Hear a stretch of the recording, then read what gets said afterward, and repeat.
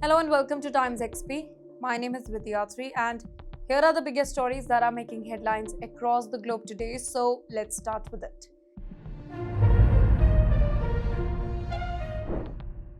Well, China fires a message, not just a missile here. China has released rare footage of YJ-20 missile launch from its most powerful surface warship, the Type 055 destroyer. Well, the vertical launch captured deliberately on camera signals intent rather than any routine testing here. Analysts believe that the missile is designed specifically to neutralize aircraft carrier, reshaping naval power equations in the Pacific. Let's talk about why the YJ-20 changes naval warfare here. So, unlike traditional anti-ship missile that skim the sea, the YJ-20 climbs high and dives almost vertically. Now, this attack profile targets the most vulnerable part of an aircraft carrier, its deck and command system. At hypersonic speed, defensive system may have only seconds to react. The strategic importance of Type 055, well, the launch platform itself matters. The Type 055 is often described as a cruiser disguised as a destroyer, equipped with advanced radar, air defenses and long-range strike capabilities here. It represents the backbone of China's strategy to keep rival navies at a distance. Timing linked to rising Taiwan tension here. Well, this missile displays comes as the US and allied warships increase patrol near Taiwan. Beijing's decision to publicize this particular launch, it suggests strategic signaling aimed at deterring intervention here. The message appears deliberate for Washington as much as Taipei. While Houthis issue a direct warning to Israel, Yemen's Iran-backed Houthi leader Abdul Malik al-Sisi, he has openly threatened Israel, warning of attacks if Israeli forces establish a presence in Somaliland. While the declaration removes ambiguity and adds a new geographic layer to the regional conflict. Somaliland's sudden geopolitical spotlight. Well, Somaliland, a breakaway region from Somalia, occupies a critical position near Bab al-Mandeb Strait. Control or influence in this particular area, it directly affects the global shipping routes linking Europe and Asia. What was once a narrow, discarded land, it is now a strategically central one. Israel's recognition triggers regional anger here.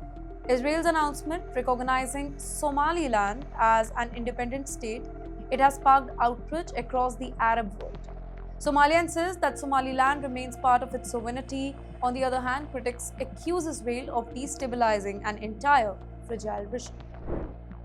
Iran's proxy network expand its reach. The Houthis are part of the Iran's broader axis of resistance, right? Which includes Hezbollah and allied militia across the Middle East. In the meantime, analysts view the Somaliland warning as part of Iran's strategy to pressurize Israel across multiple fronts, and that too simultaneously. FBI escalates historic welfare fraud probe. United States federal investigators have surged resources into Minnesota following revelation that pandemic food aid they may have been exploited on a massive scale. Authorities estimate up to $250 million, and that too in this fraud case. And you know what? It could become one of America's largest welfare fraud cases. How pandemic aid become a target? Let's talk about that. So, during COVID-19, emergency program prioritized speed over oversight. Investigators say dozens of organizations claim to feed thousands of children every single day without any evidence of kitchen, staff, or benefactors. While the system's urgency created an exploitable gaps. Cyber shock hits Netanyahu's inner circle. An Iran-linked hacker, the group known as Hendala, claims that it has breached the personal phone of Israel's Prime Minister's chief of staff. The group has threatened to release sensitive political and security data, raising a lot of alarms within Israel's leadership. Here is why denials don't end cyber crisis. Israeli officials deny any breach, but cyber experts warn that claims alone force internal security lockdowns. In cyber warfare, uncertainty itself becomes a weapon. Disputing trust and decision making is right now at the highest level. The Qatar dimension raised the stakes here. Well, hackers hint that leaked material could involve Qatar, a key mediator in Gaza negotiation. Any exposure, real or exaggerated, it could actually destabilize the delicate diplomatic channel. The threat alone increases the regional tension here. United States Tomahawk strike in Nigeria questioned. So, on Christmas night, the US warships launched Tomahawk missiles at alleged ISIS targets in northern Nigeria. Soon after, local residents reported unexploded debris and damage without any clear militant casualty, raising a lot of doubt about the strike's effectiveness. Intelligence accuracy under scrutiny right now.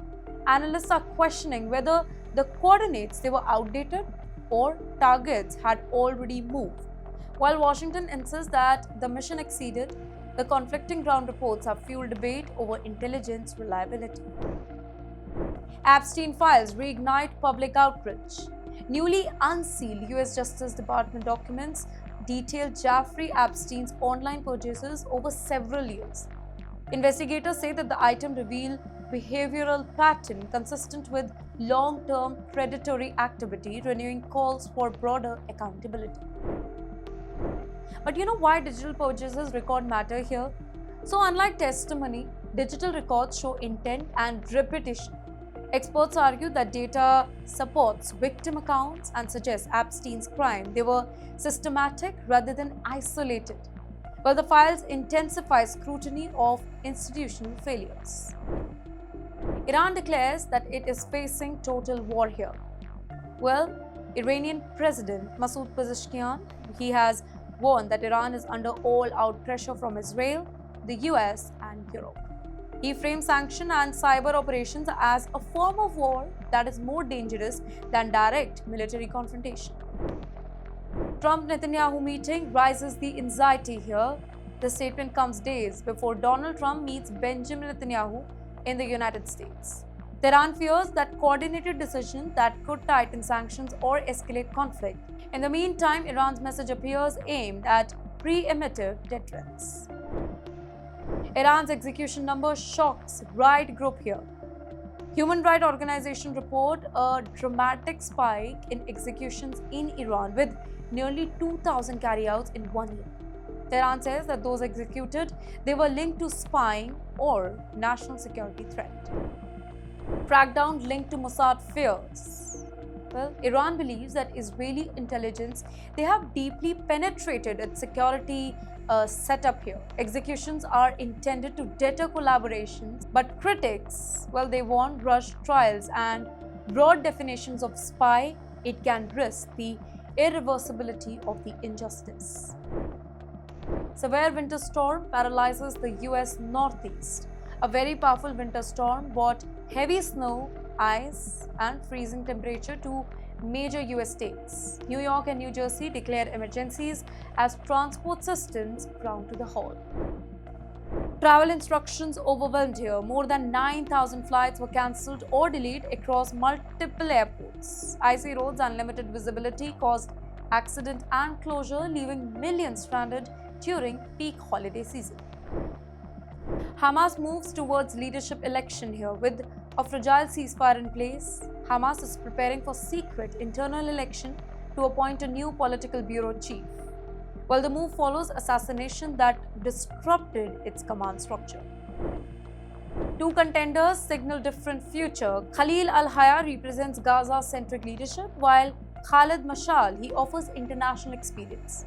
While the outcome will influence Hamas's political tone, negotiation posture, and regional alignment. Cyber warfare redefines conflict zone here. From hacked phones to data leak, modern conflicts increasingly unfold online.